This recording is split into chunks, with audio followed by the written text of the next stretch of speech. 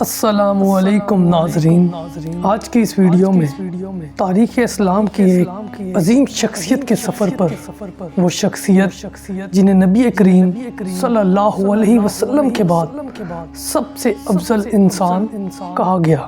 جی ہاں، میں بات کر رہا ہوں حضرت ابو بکر صدیق رضی اللہ تعالی عنہ کی۔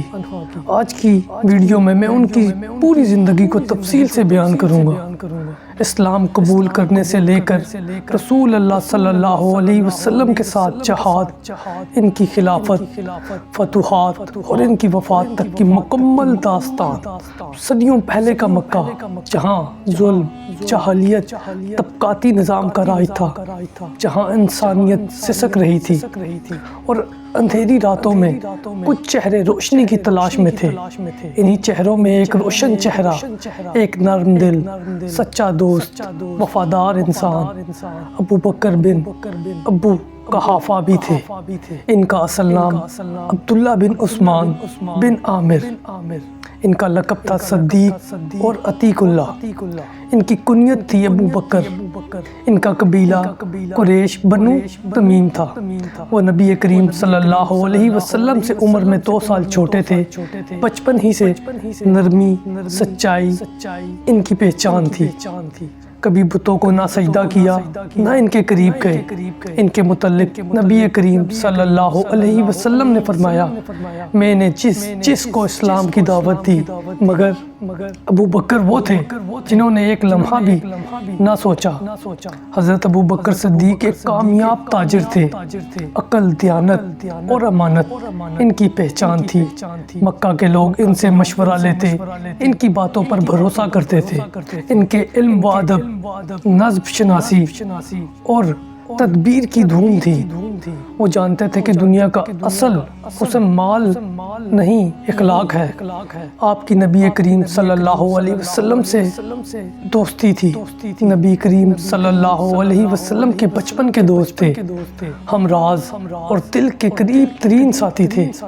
جب حضور صلی اللہ علیہ وسلم نے غار حرا سے واپس آ کر نبوت کا اعلان کیا تو سب سے پہلے مرد جس نے اعلان پر لبیک کہا وہ کوئی عام انسان نہ تھا، وہ تھے ابو بکر صدیق اکبر۔ انہوں نے یہ سوال نہیں کیا، انہوں نے دلیل نہیں مانگی، انہوں نے صرف اتنا کہا، اگر یہ بات محمد صلی اللہ علیہ وسلم نے کہی ہے تو وہ حق ہے۔ یہ تھا وہ ایمان، وہ سچائی جو انہیں صدیق بناتی ہے۔ اسلام قبول کرتے ہی اپنے قریبی دوستوں کو دعوت دی۔ حضرت عثمان، زبیر بن عوام، سعد بن ابی وقاص، عبد الرحمن بن عوف جیسے عظیم لوگ ان کے ذریعے ایمان لائے۔ غلاموں کو آزاد کرانا شروع کیا۔ حضرت بلال حبشی رضی اللہ تعالی عنہ کو سخت ظلم سے نجات دلوائی۔ انہوں نے مال کو دین کے لیے وقف کر دیا اور جان کو نبی کے قدموں میں رکھ دیا۔ مکہ میں جب مظالم بڑھے تو صدیق نے نبی کے ساتھ قدم سے قدم ملا کر تکلیف جھیلی۔ جب نبی صلی اللہ علیہ وسلم نے ہجرت کا ارادہ فرمایا تو سب سے پہلے ساتھی، سب سے پہلے مسافر جو چنا گیا وہ تھے حضرت ابو بکر صدیق۔ جب وہ دونوں غار سور میں چھپے تو دشمن غار کے دہانے تک آ پہنچے۔ حضرت ابو بکر صدیق رضی اللہ تعالی عنہ نے عرض کی، یا رسول اللہ صلی اللہ علیہ وسلم، اگر وہ نیچے دیکھ لیں تو ہمیں دیکھ لیں گے۔ نبی کریم صلی اللہ علیہ وسلم نے فرمایا، غم نہ کرو، بے شک اللہ ہمارے ساتھ ہے۔ وہ لمحہ صرف ہجرت کا نہ تھا، وہ لمحہ دوستی، فداکاری اور یقین کا اعلیٰ ترین نمونہ تھا، اور یہی آغاز تھا اسلامی تاریخ کے اس روشن باب کا جسے آج دنیا حضرت ابو بکر صدیق کے نام سے یاد کرتی ہے۔ حضرت ابو بکر صدیق رضی اللہ تعالی عنہ وہ عظیم ہستی جنہوں نے نہ صرف دل سے اسلام قبول کیا بلکہ ہر میدان میں، ہر لمحے اپنی جان، مال، دولت، وقت اور وجود سے اس دین کو سینچا۔ جب بدر کا مارکہ ہوا، حق و باطل کا پہلا ٹکراؤ، سال 2 ہجری، مدینے کے میدان بدر میں 313 سچے مخلص مسلمان 1000 مشرکین کے مقابل تھے۔ ان 313 میں ایک نام بدر کے ہر لمحے میں موجود تھا، ابو بکر صدیق رضی اللہ تعالی عنہ۔ وہ نبی کریم صلی اللہ علیہ وسلم کے پہلو میں کھڑے تھے جب حضور صلی اللہ علیہ وسلم کے حضور ہاتھ بلند کیے، یا اللہ اگر آج یہ جماعت ہار گئی تو زمین پر تیرا نام لینے والا کوئی نہ بچے گا۔ ابو بکر صدیق نے نرمی سے عرض کی، یا رسول اللہ بس کریں، اللہ آپ کی دعا ضرور قبول کرے گا۔ اللہ نے مدد کے فرشتے اتارے، احد کا دن آیا، مسلمانوں کے قدم لڑکھڑائے، افواہ پھیلی کہ نبی کریم صلی اللہ علیہ وسلم شہید ہو گئے۔ اس ہنگامے میں کچھ پیچھے ہٹ گئے، کچھ گھبرا گئے، مگر ایک چہرہ تھا جو ڈٹا رہا، ابو بکر صدیق رضی اللہ تعالی عنہ۔ وہ نبی صلی اللہ علیہ وسلم کی طرف لپکے، زخموں میں ڈھکے ہوئے محبوب کی حفاظت کے لیے ڈھال بن گئے۔ غزوہ خندق میں جب دشمنوں نے مدینے کو گھیر لیا اور صحابہ سردی، بھوک اور خوف سے کانپ رہے تھے، ابو بکر ہر لمحہ نبی کریم صلی اللہ علیہ وسلم کے ساتھ رہے، حوصلہ دیتے رہے، دل بڑھاتے رہے اور دشمن کی چالوں پر نظر رکھتے رہے۔ صلح حدیبیہ جہاں جذبات پر حکمت غالب آ گئی، سال 6 ہجری مسلمانوں کو مکہ جانے سے روکا گیا۔ نبی کریم صلی اللہ علیہ وسلم نے صلح کا فیصلہ کیا۔ بعض صحابہ اس صلح پر ناخوش تھے، مگر ابو بکر صدیق رضی اللہ تعالی عنہ نے کہا، وہ اللہ کے رسول ہیں، جو کریں گے درست کریں گے۔ یہ صدیق کا اعتماد تھا جو ہر آزمائش میں نبی صلی اللہ علیہ وسلم پر کامل یقین رکھتا تھا۔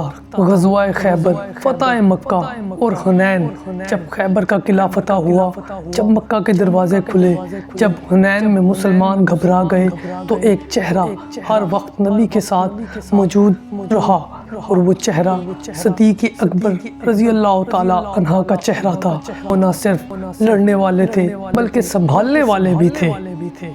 سال 9 ہجری، غزوہ تبوک، گرمی کا موسم، فصلوں کی کٹائی کا وقت، سفر طویل اور سخت، مگر نبی کریم صلی اللہ علیہ وسلم نے جہاد کی ندا دی تو صحابہ نے مال پیش کرنا شروع کیا۔ عمر بن خطاب رضی اللہ تعالی عنہ آدھا مال لائے، لیکن جب نبی کریم صلی اللہ علیہ وسلم نے ابو بکر صدیق سے پوچھا، کیا چھوڑ آئے ہو گھر والوں کے لیے، انہوں نے جواب دیا، اللہ اور اس کا رسول۔ یہ وہ جملہ تھا جس پر عمر رضی اللہ تعالی عنہ نے کہا، میں ابو بکر صدیق سے کبھی آگے نہیں بڑھ سکتا۔ حجۃ الوداع اور نبی کریم صلی اللہ علیہ وسلم کی بیماری، سال 10 ہجری، نبی کریم نے آخری حج ادا کیا۔ پھر چند ماہ بعد بیماری لاحق ہوئی۔ حضور صلی اللہ علیہ وسلم نے فرمایا، ابو بکر کو کہو لوگوں کو نماز پڑھائیں۔ یہ اعلان نہیں تھا بلکہ اشارہ تھا کہ امت کا قائد کون ہوگا۔ جس وقت نبی کریم صلی اللہ علیہ وسلم کا وصال ہوا تو صحابہ پر سبتا طاری ہو گیا، مگر ابو بکر صدیق وہ تھے جنہوں نے کھڑے ہو کر کہا، جو محمد صلی اللہ علیہ وسلم پر ایمان لایا تھا وہ جان لے کہ محمد صلی اللہ علیہ وسلم فوت ہو چکے ہیں، انا للہ و انا الیہ راجعون۔ لیکن جو اللہ پر ایمان رکھتا ہے تو اللہ زندہ ہے، وہ کبھی نہیں مرے گا۔ یہ تھا صدیق اکبر جنہوں نے صرف تلوار سے نہیں بلکہ حوصلے سے، قربانی اور حکمت سے دین کو بچایا اور سنوارا اور پھیلایا۔ مدینے کی فضائیں ساکت ہو چکی تھی، ہر زبان پر سکوت تھا، ہر دل غم میں ڈوبا ہوا تھا۔ نبی کریم محمد مصطفیٰ صلی اللہ علیہ وسلم اب اس دنیا میں نہ رہے تھے۔ رسول اللہ صلی اللہ علیہ وسلم کا وصال ایک عظیم صدمہ۔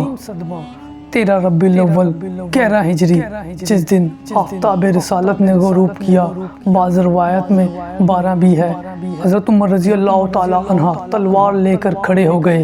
جو کہے گا کہ محمد صلی اللہ علیہ وسلم فوت ہو گئے ہیں میں اسے قتل کر دوں گا۔ لوگ حیران تھے، دل شکستہ کہ اب امت کا کیا بنے گا۔ ایسے وقت میں ایک مرد کامل، ایک دلیر اور ثابت قدم ہستی آگے بڑھی، حضرت ابوبکر صدیق رضی اللہ تعالی عنہ۔ حضرت ابوبکر صدیق کا تاریخی خطاب، انہوں نے نبی کریم صلی اللہ علیہ وسلم کے چہرہ مبارک کو بوسہ دیا اور فرمایا، اے اللہ کے رسول، آپ دنیا میں خوبصورت بھی تھے اور موت کے بعد بھی۔ پھر مسجد میں آئے اور منبر پر کھڑے ہو کر تاریخ کے وہ سنہری الفاظ کہے جو آج بھی روشن ہیں کہ جو محمد صلی اللہ علیہ وسلم کی عبادت کرتا تھا وہ جان لے کہ محمد صلی اللہ علیہ وسلم وفات پا چکے ہیں، اور جو اللہ کی عبادت کرتا ہے تو اللہ ہمیشہ زندہ ہے، کبھی نہیں مرے گا۔ لوگوں کی آنکھیں کھل گئی۔ ثقیفہ بن سعادہ میں فیصلہ کن لمحات، ادھر انصار ثقیفہ بن سعادہ میں جمع تھے اور خلافت پر گفتگو جاری تھی۔ مہاجرین پوچھے، حضرت ابوبکر، عمر، ابو عبیدہ رضی اللہ تعالی عنہما۔ انصار نے کہا، ایک امیر ہم سے ایک تم سے۔ ابو بکر نے فرمایا، خلافت قریش کا حق ہے کیونکہ نبی صلی اللہ علیہ وسلم قریشی تھے۔ پھر حضرت ابو عبیدہ اور حضرت عمر نے بلا جھجک حضرت ابو بکر صدیق کا ہاتھ تھام کر کہا، ہم آپ سے بہتر کسی کو نہیں دیکھتے۔ اور یوں امت نے اپنے پہلے خلیفہ کا انتخاب کیا، نہ تلوار نہ طاقت بلکہ مشورہ اور رضا سے۔ خلافت ملنے کے بعد پہلا خطبہ دیتے ہوئے فرمایا، صدیق کا انکسار منصب خلافت پر فائز ہونے کے بعد ابو بکر صدیق منبر پر چڑھے، نہ فخر نہ دعویٰ بلکہ انکساری، عاجزی اور سچائی۔ فرمایا، اے لوگو، میں تمہارا خلیفہ منتخب کیا گیا ہوں، حالانکہ میں تم میں سے بہتر نہیں ہوں۔ اگر میں صحیح کام کروں تو میری مدد کرو، اور اگر غلطی کروں تو مجھے سیدھا کرو۔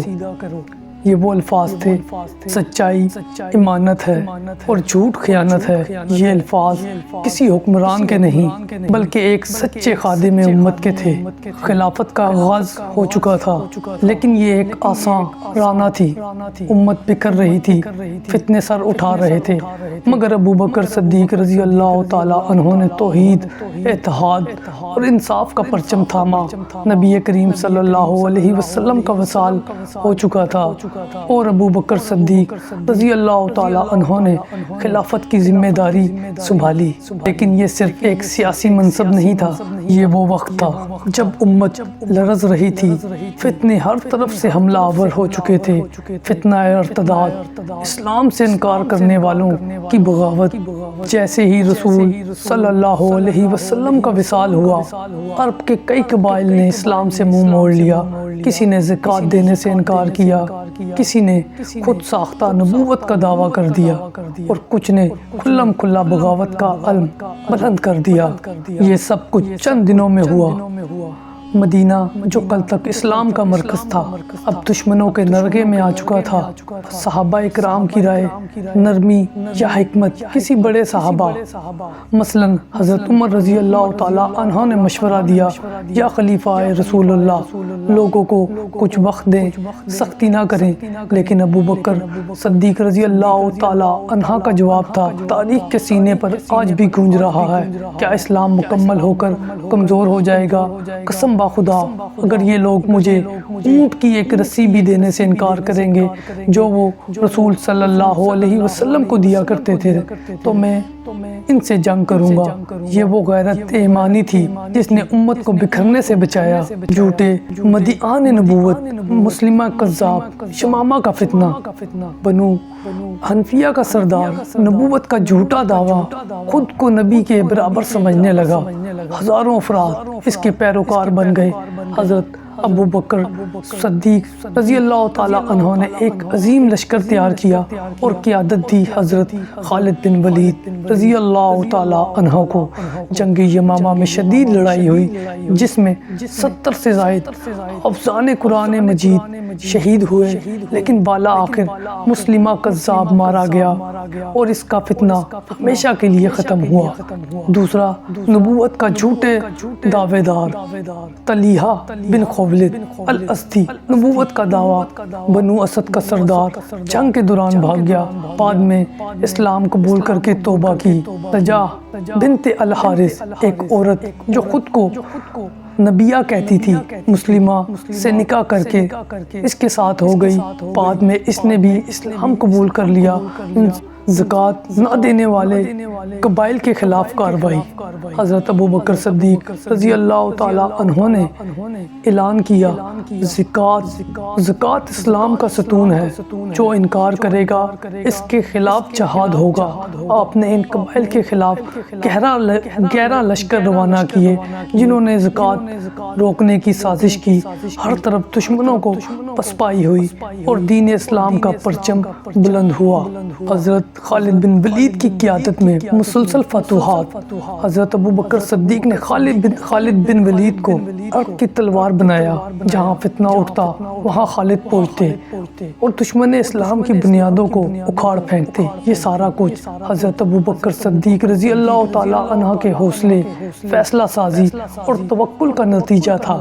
حضرت ابو بکر صدیق رضی اللہ تعالیٰ عنہ نے امت کو فتنہ ارتداد سے بچایا، اسلام کو بکھرنے سے روکا اور اپنے مضبوط عزم سے یہ ثابت کیا کہ خلافت صرف تخت پر بیٹھنے کا نام نہیں بلکہ ایمان، غیرت، قربانی اور قیادت کا عنوان ہے۔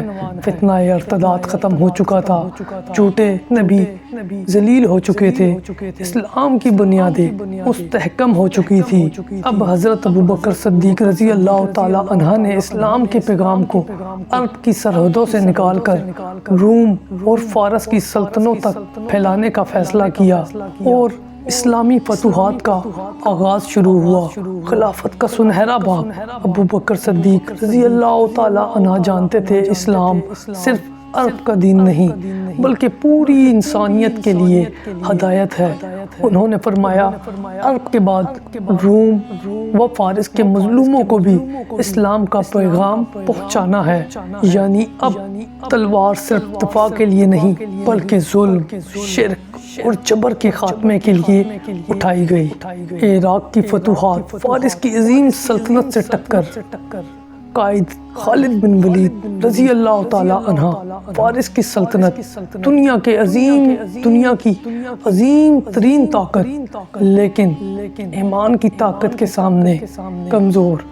حضرت ابو بکر صدیق رضی اللہ تعالیٰ عنہ نے خالد بن ولید کو حکم دیا، عراق کی طرف پیش قدمی کرو۔ خالد بن ولید نے ایک کے بعد ایک مقام فتح کیا اور فتوحات حاصل کرتے گئے۔ الوجہ کی جنگ، عین التمر کی فتح، الحیرہ کا مارکہ، الانبار کی فتح۔ فارس کے گورنر اور فوجی اسلامی لشکر کی تیزی سے گھبرا گئے۔ خالد بن ولید رضی اللہ تعالیٰ عنہ نے ایسی جنگی حکمت عملی دکھائی کہ دشمن حیران رہ گئے۔ شام کی فتوحات، بازنطینی رومی سلطنت کو شکست۔ رومی سلطنت مشرق کی دوسری بڑی طاقت تھی۔ حضرت ابو بکر صدیق رضی اللہ تعالیٰ عنہ نے شام کی طرف بھی 4 لشکر روانہ کیے۔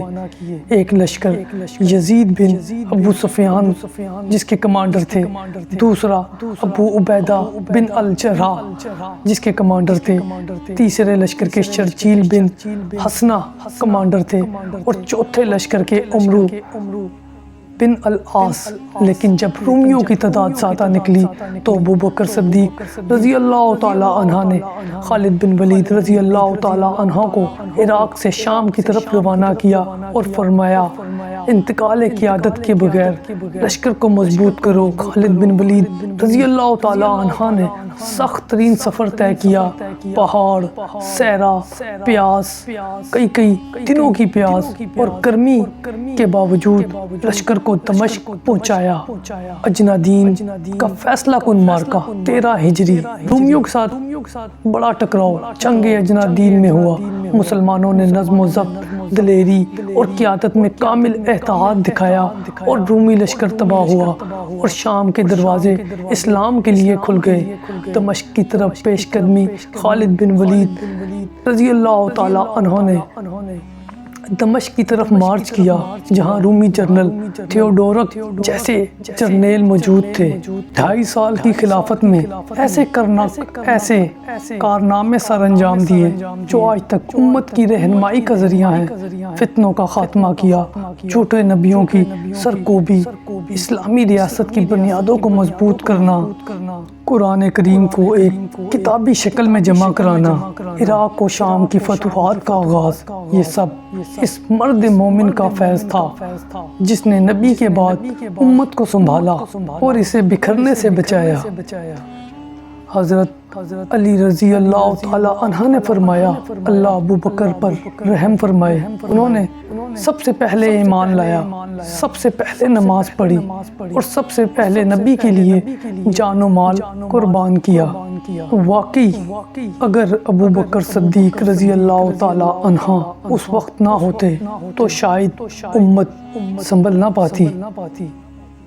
یہ تھی حضرت ابو بکر صدیق رضی اللہ تعالی عنہ کی زندگی پر ایک تفصیلی گفتگو۔